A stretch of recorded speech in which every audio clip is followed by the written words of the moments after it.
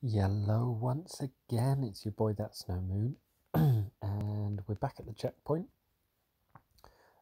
where we left off. As far as I remember, we were exploring Castle Inverness, I think it is, which was an old ruined kind of former glory castle, and there was some form of necromancy going on. There was a demon that came out of a pot, and yeah, it's been a few days, so let's jump right in. If you're watching this, hopefully you're watching it straight after episode 3, because that recap was one of the worst in history. Anyway, right, so this is all new stuff.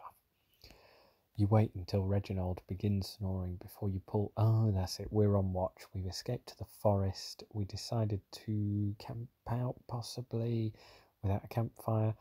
Reginald hates it when you study magic while you are supposed to be keeping watch, but you need something to distract you from the cold. With flint and tinder, you light a single candle to read by. The arcane text that you have read 1,000 times over, but differently each pass through, provides a sort of familiar comfort, a comfort you are grateful for in this dark forest. Soon you are lost in study. After some time, you can never keep track of the time. When immersed in magical lore, you explain, yes. Danger? Reginald rolls over. His eyes slits. He's only half awake. I understand invisibility. I can turn invisible. This spell has eluded me for so long. At least I think I understand, you say as you point down at the arcane symbols in your book. Go to sleep, Reginald slurs, and then his head falls back to the ground. Yeah, I can well imagine that Reginald is utterly unimpressed by that man of logic as opposed to, or a man of, how would you say it, like the physical world as opposed to, I mean, he probably has seen things that he doesn't understand, but also that probably scares him as well. This is goblin country, and I am on watch. I dare not sleep, you say, but Reginald does not hear you. He is snoring again. It turns out that you are not so vigilant after all. At some point, as you gaze at the candle flame, you fall asleep. Awaken! Someone is near, Reginald whispers as he shakes you. You sit up groggily. It is early morning. At first all you hear are singing birds. Then, sure enough, voices trickle in through the trees. Not goblins, not in the daytime, you think. They approach upon the trail, Zeba says, huddling in a blanket. To the trail then, but keep quiet, says Reginald. Why? Why not stay still and let them pass, asks Zeba. Because we're adventurers, you whisper fiercely as you gather your backpack. Refusing to be left by herself, Zeba follows as you creep up to the edge of the trail. Thank the God she is not sniffling or otherwise making a racket. You have just taken up your position in the brush when you see the first column of priests of Nerul. Several of them are speaking casually, loudly even, as though they and not the goblins own this part of the wood. Okay, so we can see there that they are quite powerful. We saw, or we got a little bit of lore into them last time, being able to resurrect the dead. I can very much imagine that the goblins being sort of very scared of anything like this as well, and also giving them a wide berth in the castle. Probably somewhere they do not want to go.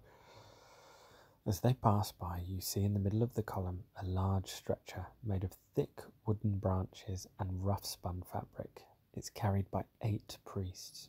Upon the stretcher is a pure white horse, whose legs are bound with rope. Not a horse, but a unicorn. You have not seen one before, but the long, softly glowing horn is a dead giveaway. Several metres behind the main party are a tall man and a woman. You know the young woman, or to be precise, you know of her. She is the beautiful Lady Igraine, daughter of Lord Igraine. Her father holds a keep and estate some distance from the town, and her family comes to Ring City for annual tournaments. More than once you have gazed wistfully at her from the cheap seats far in the corner of the jousting area. Allow me to take a moment to apologise to those readers who in real life prefer to gaze wistfully at handsome men. Since you are playing the part of a heterosexual male wizard, and you are now gazing most wistfully at this woman, you are disappointed and somewhat horrified, though, not because she's a woman, but because she is in fact a Nerulian priest. And the man with her, you wonder? After a moment you recognise him as her father, Lord Igraine. To think of a man of such illustrious line would get mixed up with this evil lot. Anyway, back to Lady Igraine. Her jet black hair is pulled back to reveal a most shapely long neck. Her flawless skin glows in the dawn light. It is as though the sun itself, desperate to touch her, has found a path through the forest canopy. The golden, unholy symbol of Nerul hanging over her bosom contrasts nicely with her large brown eyes. "We cannot go back there, not yet," Lord Igraine is saying. "Why would we go back ever? That ruin offers no decent bath," Lady Igraine replies. "There is some unfinished business, however it can wait," Lord Igraine says as he absently pats the pocket of his immense fur-lined overcoat. "The old one will move on from Castle Inverness to seek the living. Let us hope he does not exact revenge upon us." Oh, so this may well be to do with that little demon that turned into quite a powerful demon in the castle, possibly. After the column has passed out of earshot, Reginald sighs. "A unicorn, was it not? Where did they find such a creature?" "And what do you plan to do with it?" you ask. "I wager they do not plan to simply feed her apples and comb her mane," Reginald replies. "Her? Is it a lady unicorn, you ask?" "Oh, I did not look in that decisive region," Reginald blushes. "Such craven and pathetic simpletons." Seba seethes as she glares after the column of priests disappearing around a bend. "I propose we tie each of them down and cut off one finger at a time. We will bind their wounds to ensure they will not lose too much blood and fall unconscious. I will then take their eyelids and—" "Oh, I do not think that will be necessary," you interrupt. "There are perhaps 24 of them. I do not think we have time for all that work." You and Reginald exchange perplexed looks, and then Reginald whispers in your ear, "Young maidens love unicorns." Seba regards the two of you with hard eyes. "We should attack them now and make them pay for their transgressions." "There are too many," Reginald protests, even with the element of surprise. "I thought you said you were adventurers," Seba interrupts. "Adventurers? Not idiots," Reginald replies, his pride clearly hurt. "There are only 3 of us, and they are slowed by the burden. We could cut through the woods and get ahead of them. We shall ambush them as they come by.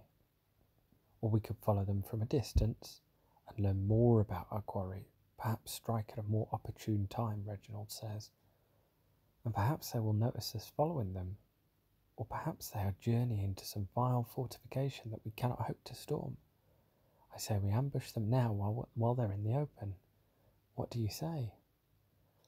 I'm going to follow them here. I just think a plain out attack would, if there's 24 of them, and Lord and the lady, I think it would be fairly, they seem fairly powerful.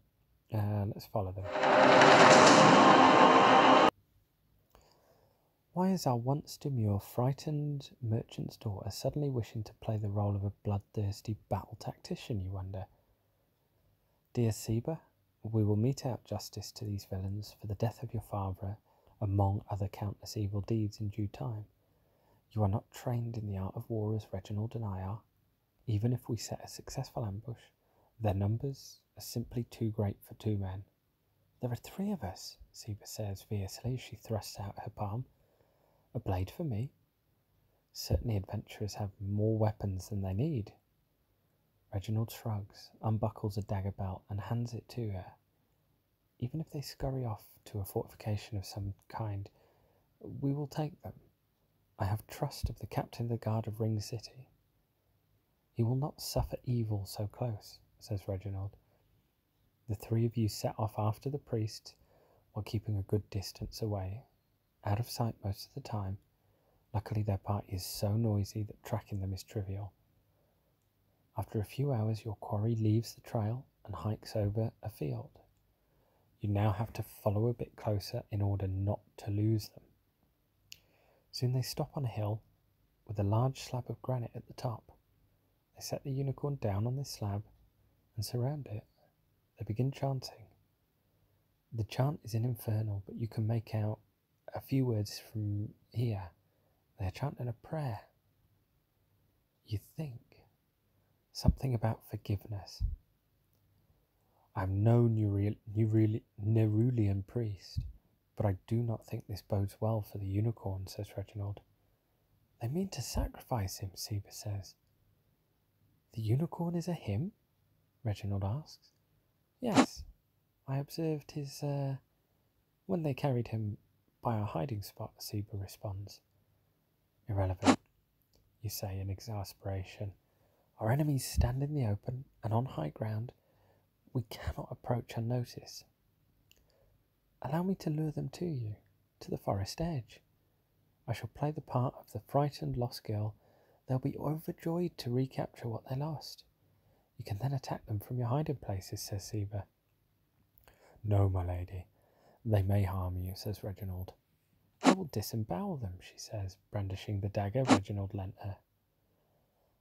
I understand your anger for what they did to your father, but do not die a fool, says Reginald. A fool am I? Seba asks.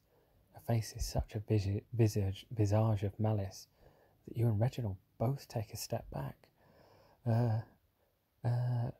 Reginald stutters. Perhaps stealth would serve us better, you interject. I might turn invisible, creep into their midst and cut the unicorn free.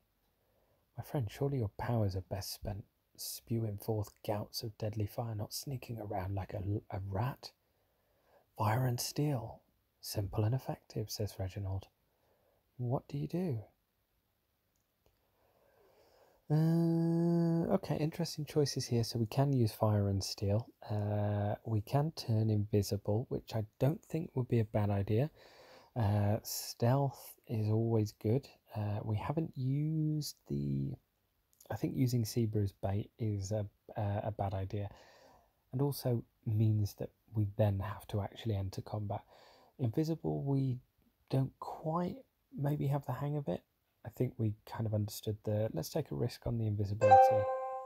Oh, sneaky. Okay, so we got a bit of, we got another point. Luck plus 0 times 2, well, anything times 0 is a 0, which is a little bit annoying. Quickly, you cast your spell and creep up the hill. The evil priests are bunched together closely in a circle round the slab of granite, so you have to take care.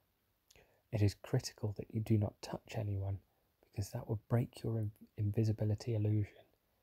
Your spellbook is very explicit about this point.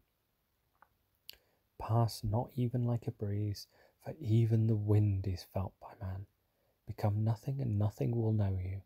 You recall the spell instructions saying, one priest shifts to the side, and you have enough room to pass without so much as brushing their long sleeves.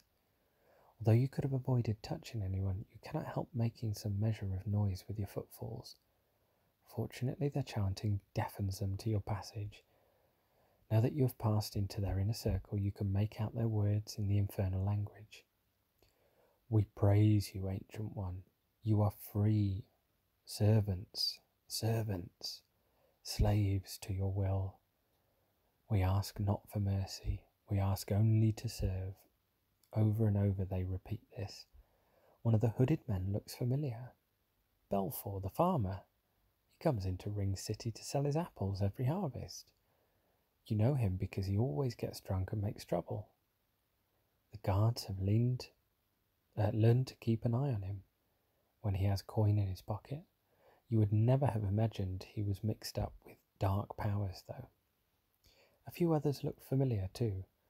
Although you can't place them, they must be locals of Ring City. You are now near the unicorn, and you have your dagger out. You have a couple of options. You could simply cut the unicorn free and start the fight, or you could try and scare the priests. What do you do?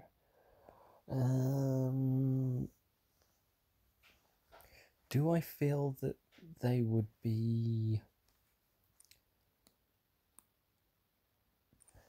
So if they're chanting, you've got probably a very powerful magic user in the Lord and Lady or his daughter. The priests would probably spot the illusion. I'm trying to think if... No, they didn't. Yeah, there was 2 guards that didn't know that it was an illusion before. So not necessarily. Yeah, let's try it. Fair enough. You know that you will have to cast a more realistic illusion if you pick something you have seen before. What do you choose? Nice choices. So goblins, the girl ghost from the castle tower, or the demon from the altar room. Very interesting. I don't think goblins will cut it. The girl ghost from the castle tower. Now,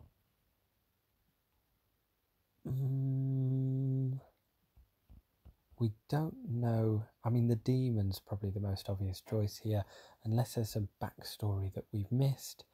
As far as I remember, she wasn't aware of them, and they weren't aware of her. The first guard, there was a lot of pacing up and down, but we don't quite know why, because it was us that... Yeah, let's go with the demon anyway. But yeah, just trying to think of, like... Obviously, you know, everything is written for a reason, and that guard of Nerul was pacing up and down, looking pretty anxious, possibly like he'd seen a ghost, I don't know. After the little girl found out that there was someone in trouble. Let's go for the demon. Oof, morale increases by 6.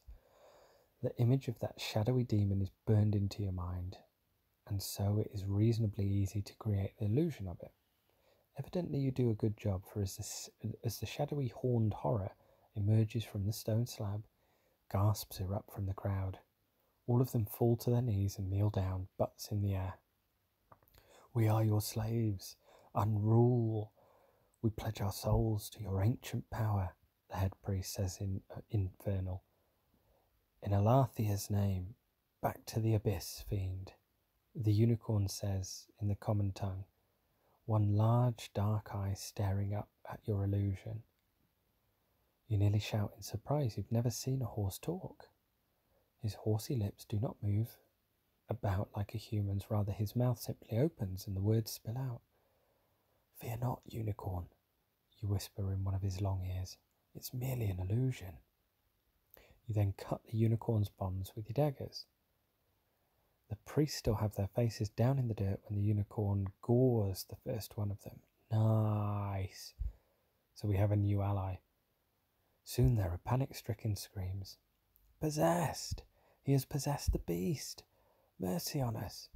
You hear a priest shout as he runs down the hill towards the woods. Several others follow him.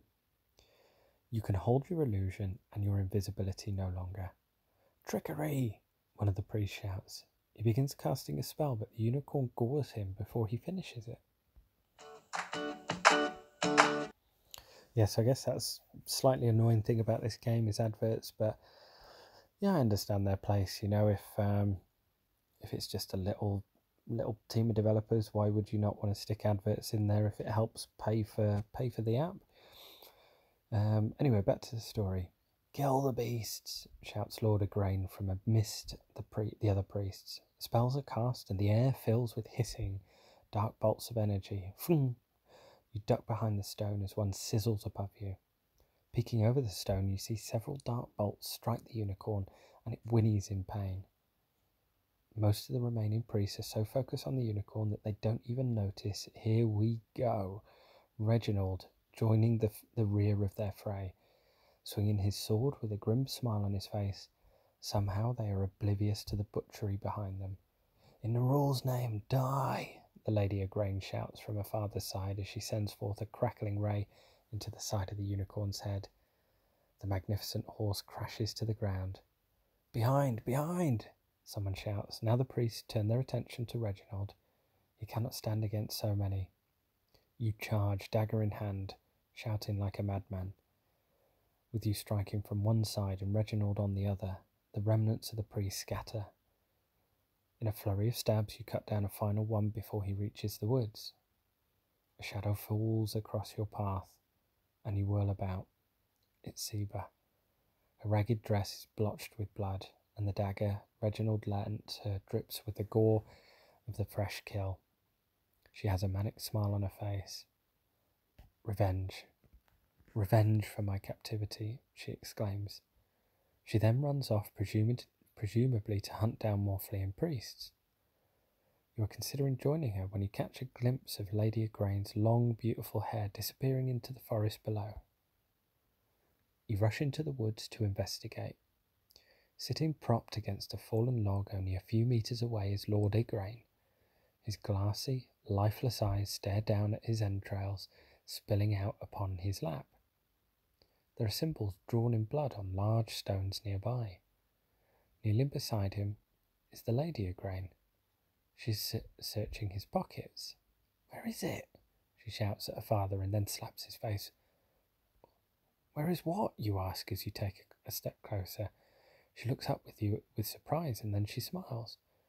Gods be praised, you saved me from my cursed father and his minions, she exclaims. Saved you from them? You are not a priestess of death, are you not? You ask. You have fantasized about approaching Lady Igraine more times than you can count, but you never expected your first words would be these. No, I was but a slave to my father, she says, her face contorted in rage. She then smiles down at the mangled corpse next to her. Now he is gone, and I am free, but we must not dally here. Nerul, a monster from another world, stalks nearby. She points at one of the blood symbols, scrawled on a nearby rock. The symbol is in Infernal. You look back to see Reginald chasing and hacking priests in the grassy field beyond. Lady Igraine extends her gloved and bloodied hand. Small glowing orbs appear and circle her fingers. She stares at the orbs, entranced, and says, Perhaps with the help of good people, I may find again the light of this world. So there's Lady Igraine. Okay, so I see what it means by the small orbs. Snapping out of her meditation, she returns her attention to you and says urgently, Quickly, gather your friends and follow me.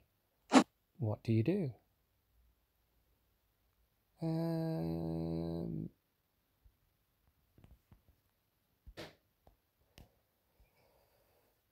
Okay, so she doesn't really have an advantage on us here. Charm her, we would probably get a bit more information. Maybe. I don't feel like. I mean, she's no good to us dead. In another playthrough, I probably would kill her. But hey, we also may well have a powerful ally. Do I want to use some of that luck?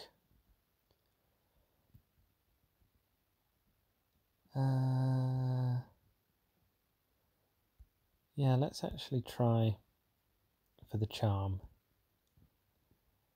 Youch.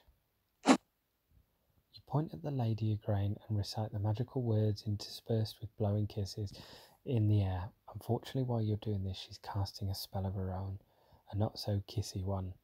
A dark ray springs from her hand just as you complete your spell. Her aim is poor, but the ray still strikes you in the arm, and you feel cold emanating through you as you sink to the ground. Now, that decision is very much what I feel that the character would do in that situation.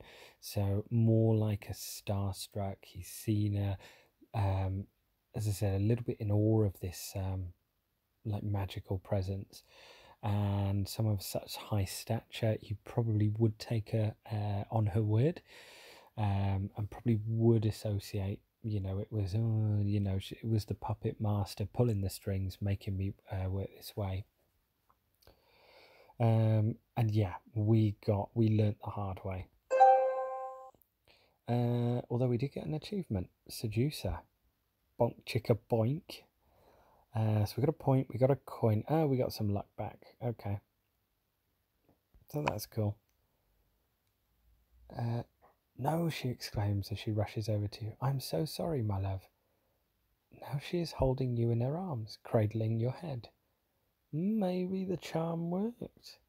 She bends down and kisses you. I'm so confused right now. Or my character probably is.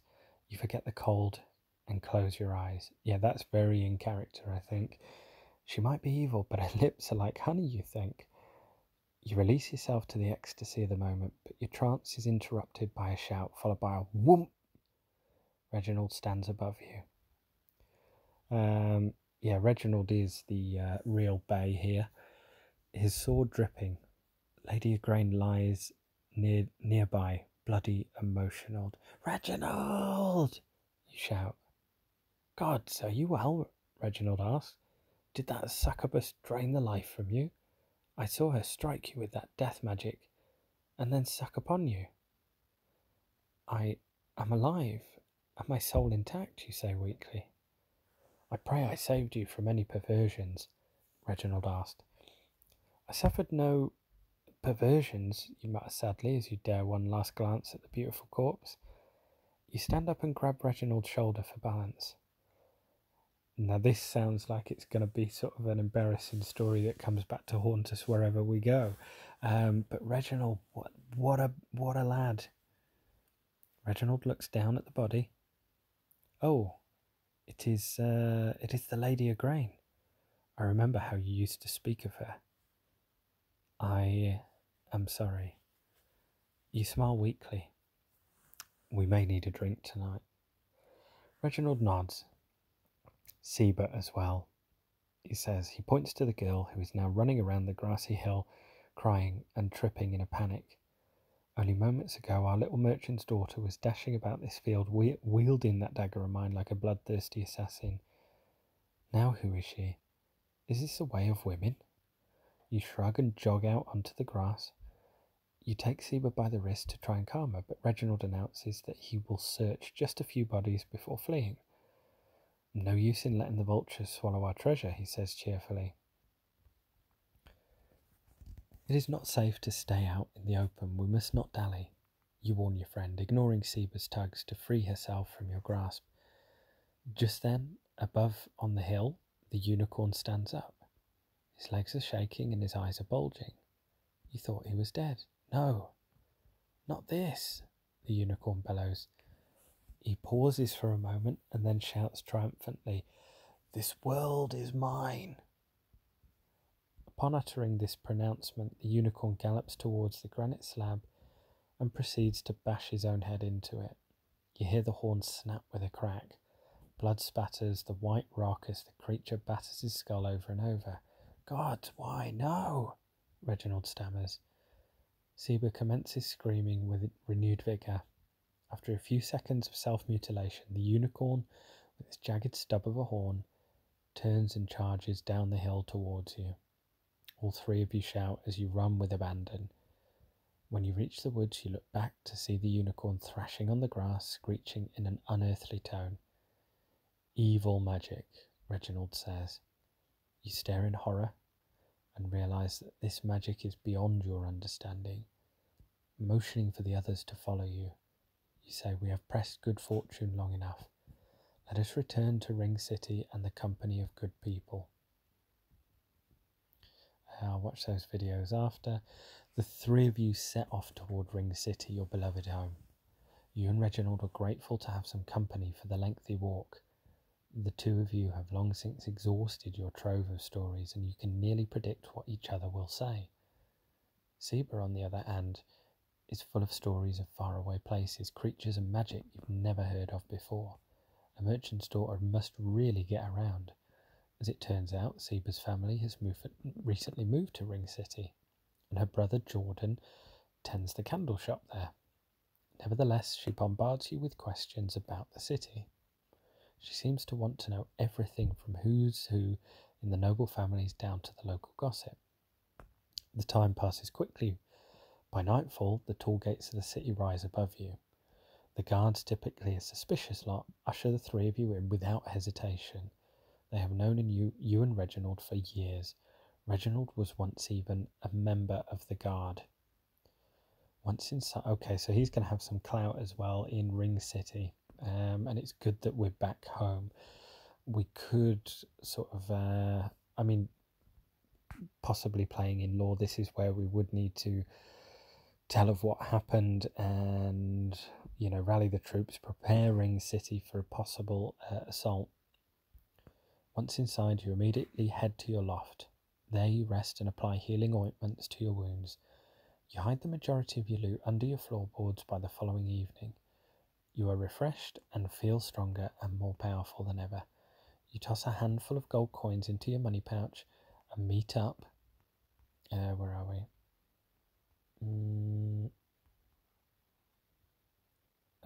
Into your money pouch and meet up with Seba and Reginald at the Leering Virgin Inn for some much-deserved celebration.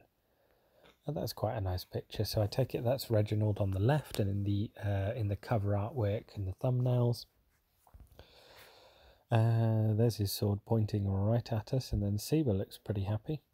The three of you feast and drink and tell stories, exaggerated of course, to the inn regulars, and otherwise thoroughly enjoy yourself. There is no justice, there is no law, there is only power.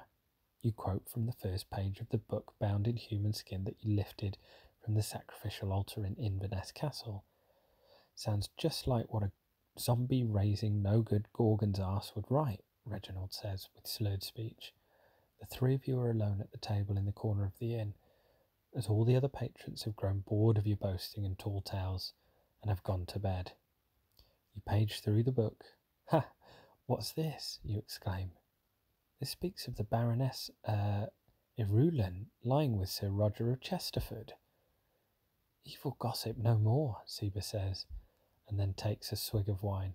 Well, the account seems rather detailed. You read further, and Guildmaster Franz Percales has been skimming gold from the mint, melting the coins down and recasting them with more copper. I thought the coins from the money changer were light. Reginald begins rummaging in his pockets. What is that, a book of dirty secrets? Seba asks, pointing at the book accusingly. I rather think it is. Why, this silly little book might be worth more than the rest of our loot put together, you say.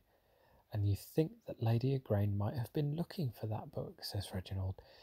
He casts his eyes down to the table. Oh, sorry, didn't mean to bring her to your mind. You put up your hand to reassure your friend. It is well that I learn not to judge a woman by her face, you say, doing your best to give a convincing shrug.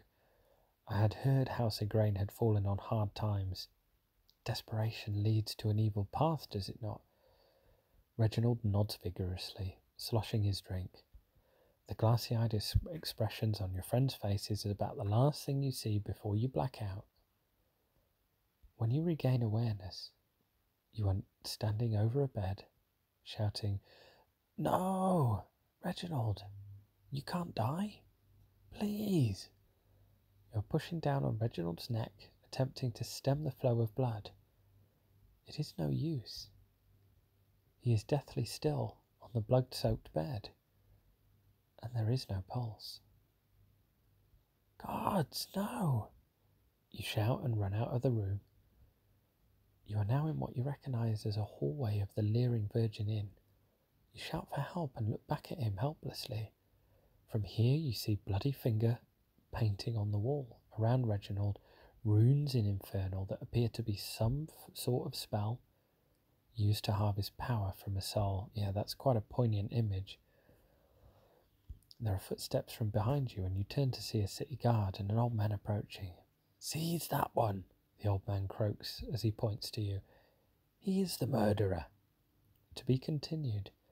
Dear reader, here is the map of the area of your recent adventure. Don't expect too much accuracy.